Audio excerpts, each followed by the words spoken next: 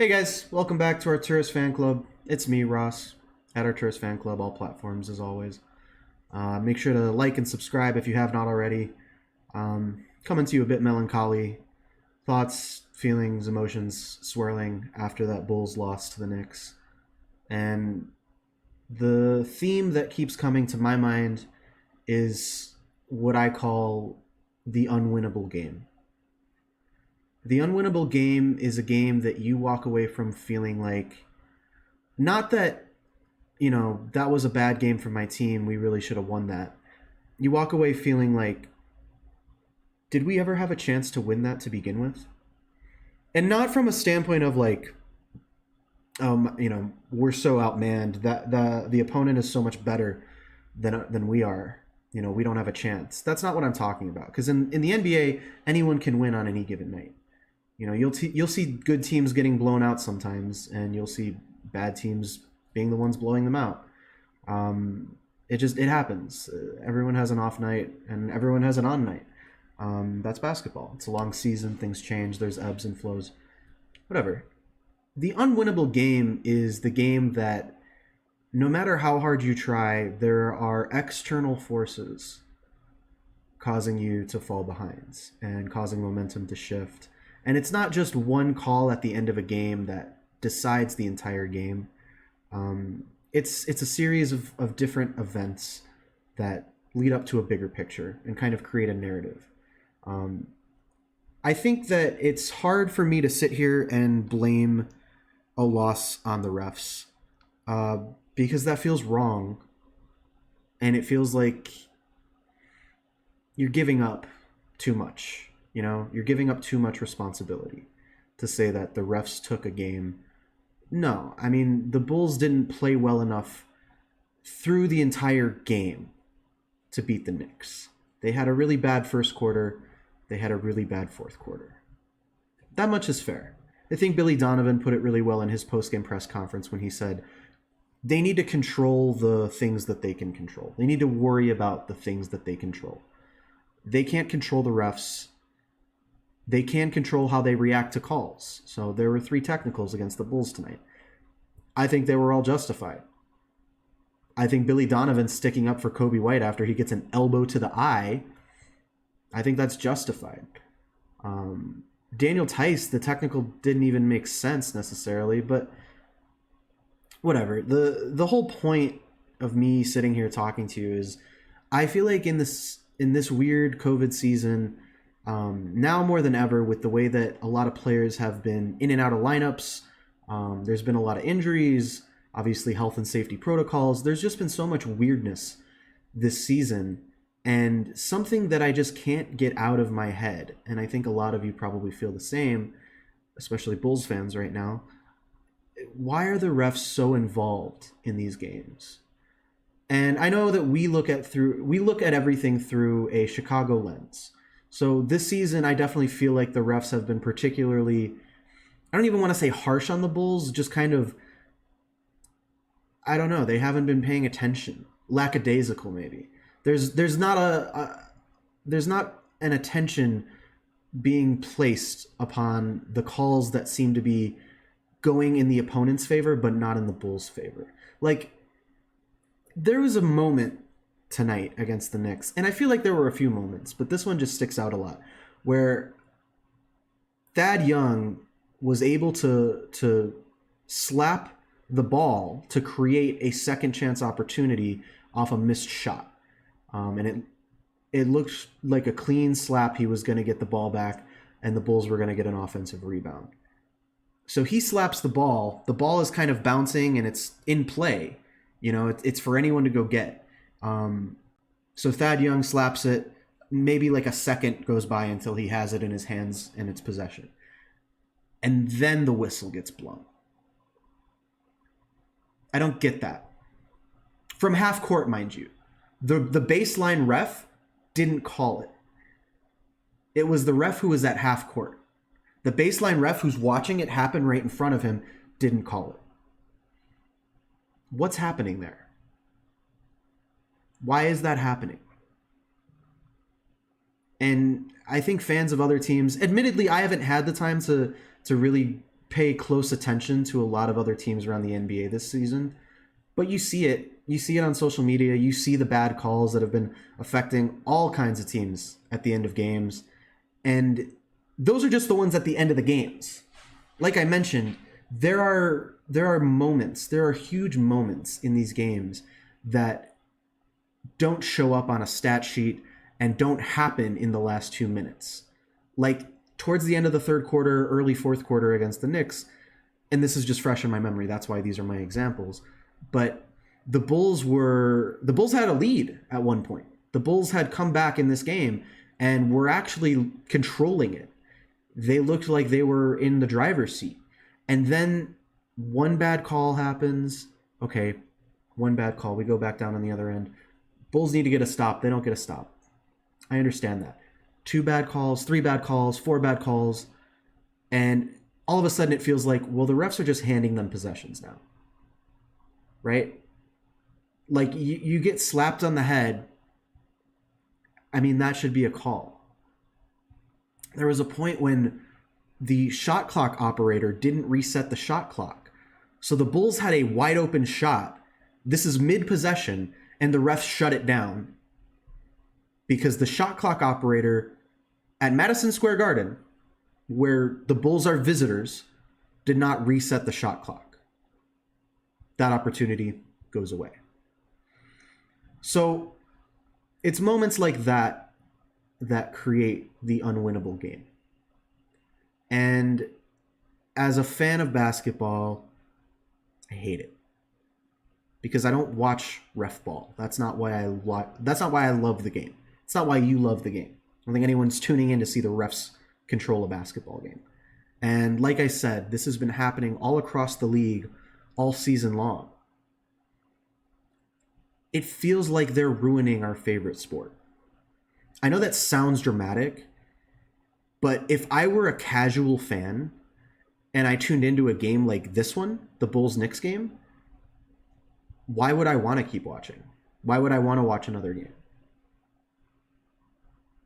It's so uninteresting. It's horrible for the future of the sport. And you look at guys like, I know Hawks fans already hate me enough. I'm going to use your guy Trae Young as an example for someone who plays the refs. Jimmy Butler does it too. We just played against the Heat. You watch Jimmy Butler do it for 2 straight games. It's Jimmy Butler, bro. I was a fan of Jimmy Butler. I was on the other side of it. I know how it feels to root for a player like that. So when I throw a name out like Trae Young, don't think I'm attacking you and saying that you're not a real basketball fan or you don't understand basketball because you like Trae Young. I've been on that side of things. I just think that the way those calls have been going, it looks really, really bad for the NBA. Because, once again, it's not basketball. You're gaming the refs. You're acting is what you're doing. You're acting to get calls. And maybe you could argue that these are 2 different problems, what I'm describing about, baiting fouls and the refs just getting calls wrong like they did against the Knicks tonight for the Bulls. Those are kind of 2 separate issues, but they come from the same source, which is just that the refs are too involved in the game. There's too much direct involvement and control that these referees have over the end and the crunch time of these games. I don't have a perfect solution. I do think that the foul baiting definitely needs to go away. There could be more chances for reviews. That could slow the game down, but I just maybe at some point we take a step back and we say maybe more regulation is, I don't know. Maybe putting more rules and more systems in place makes this worse and makes these refs more powerful. Maybe we need to take some of the power away from the refs and just kind of let these guys play ball. Now, that opens up the door for the questions of like, well, you just said that, the guys were getting slapped on the head and they didn't get calls. I mean, if a flagrant foul is a flagrant foul, right? Like, it's not a situation when you see a flagrant foul, that's not a borderline situation. You know a flagrant foul when you see a flagrant foul, right? I don't think anyone's confused about what a flagrant is. Okay? I'm talking about the ticky-tack calls. So it's two, like I said, it's two problems.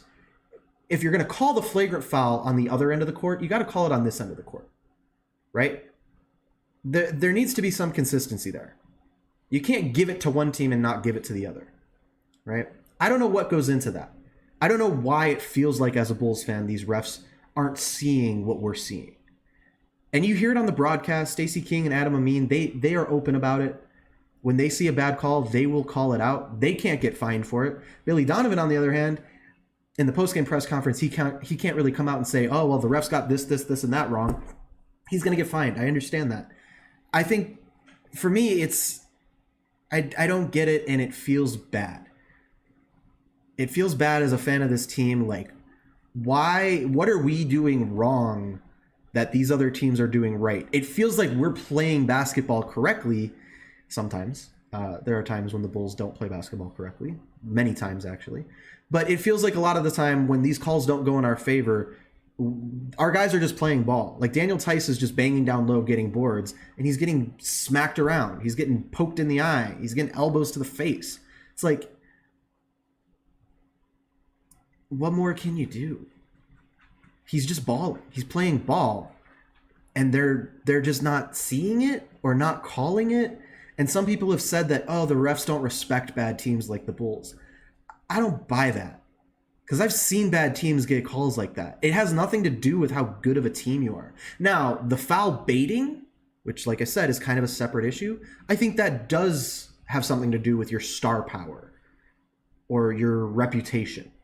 But that's different from missing a flagrant foul. Do you see what I'm saying? Like, it's not up for debate. There's no gray area.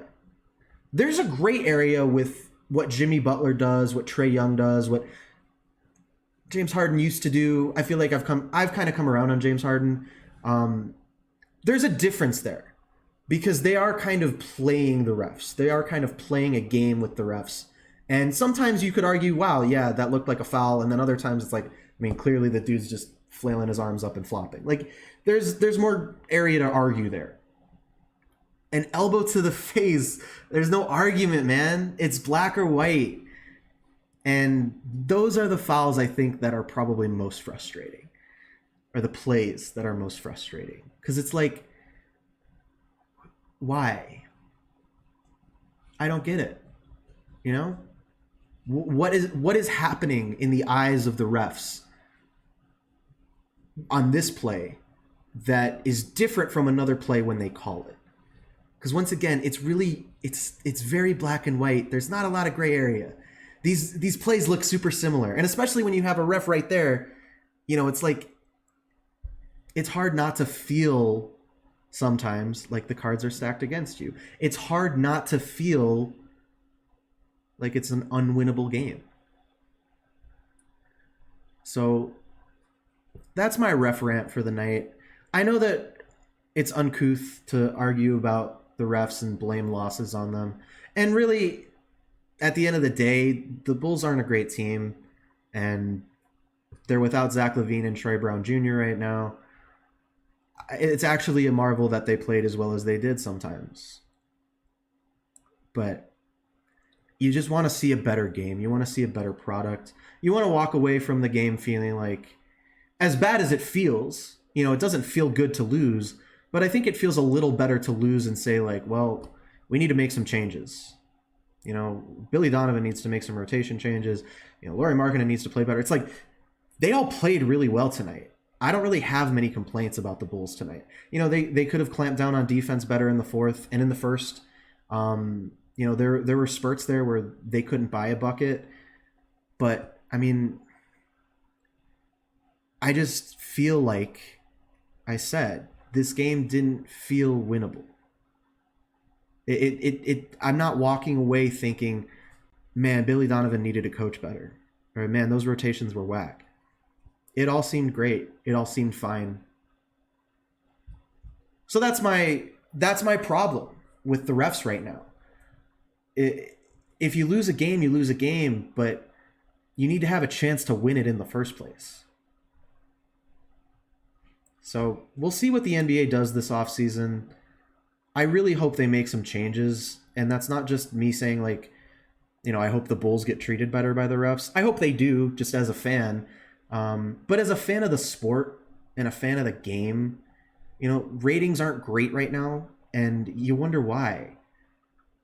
It's just not fun for a casual fan to start watching a basketball game. Maybe we need to take a closer look at the Elam ending. I feel like the Elam ending, from the All-Star game last season, it provided a different end game. It wasn't the fouling back and forth at the end of a game to try to retain possession or regain possession. It was, you have to clamp down on defense at the end of this game if you're trying to come back from behind. You can't just keep fouling and hope that they miss their foul shots. You have to play defense, because if they hit that number, if they hit that goal, the game's over. So letting them hit foul shots is not helping you. It's things like that that make me really want to take a closer look at the Elam ending. I know that people will argue it makes the game less exciting. You take away overtime. You take away buzzer beaters. You could still get a buzzer beater, but it would be the last shot of the game. That's what a buzzer beater is. So I guess the issue becomes you could have a buzzer beater that's a free throw.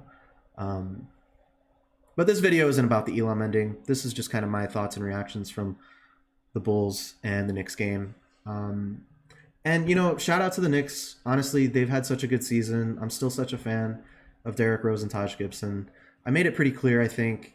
My beef tonight was not with Knicks fans or the Knicks as a team. Obviously, I've been a fan of Tom Thibodeau teams. I know how they play. I'm sure you guys are ecstatic, and you should enjoy it while it lasts. Just know that it could all go away so fast. I'll leave you guys with that. Thank you for listening to my thoughts.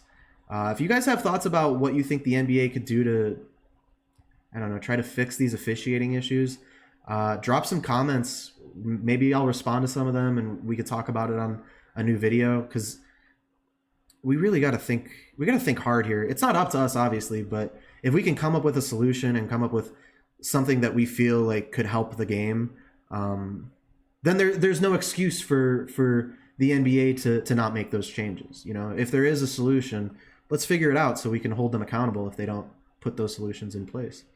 Well, thank you guys again for listening. Subscribe if you haven't. Arturis Fan Club on all platforms. I'll catch you guys around.